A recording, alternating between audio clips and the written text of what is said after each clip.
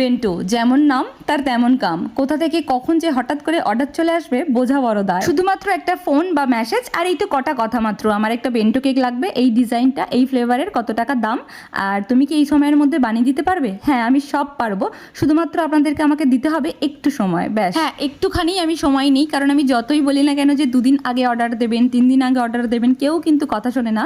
বিশেষ করে এই বেন্টো কেকগুলোর ক্ষেত্রে তো একদমই না। তাই আমার হাতে যদি সময় থাকে আমি অর্ডারটা নিই এবং কেকটা বানিয়েও দিই। আজকের এই ভিডিওর ব্যাকগ্রাউন্ডটা দেখে হয়তো বুঝতেই পারছেন আমি যে জায়গায় কেকের ভিডিও বানাই এই জায়গাটা কিন্তু সেই জায়গাটা না। ব্যাপারটা হয়েছে রাত 10:30 নাগাদ একজন ফোন করে আমায় বলে যে দিদি, কালকে সকাল 12টার মধ্যে আমার একটা বেন্টো কেক লাগবে, তুমি কি বানিয়ে দিতে পারবে? তো আমি অর্ডারটা নিয়ে নিই। আর যখনই আর্জেন্ট অর্ডার থাকে আমি যেটা করি, আগে কেকের বেসটা রেডি করে রাখি আর ক্রিমটা রেডি করে রাখি, কারণ আমাদের দিকে ইলেকট্রিক লাইনের সমস্যা খুব। কেকের বেস রেডি করা, ক্রিম রেডি করা, ততক্ষণ পর্যন্ত ইলেকট্রিক লাইন ছিল, বাট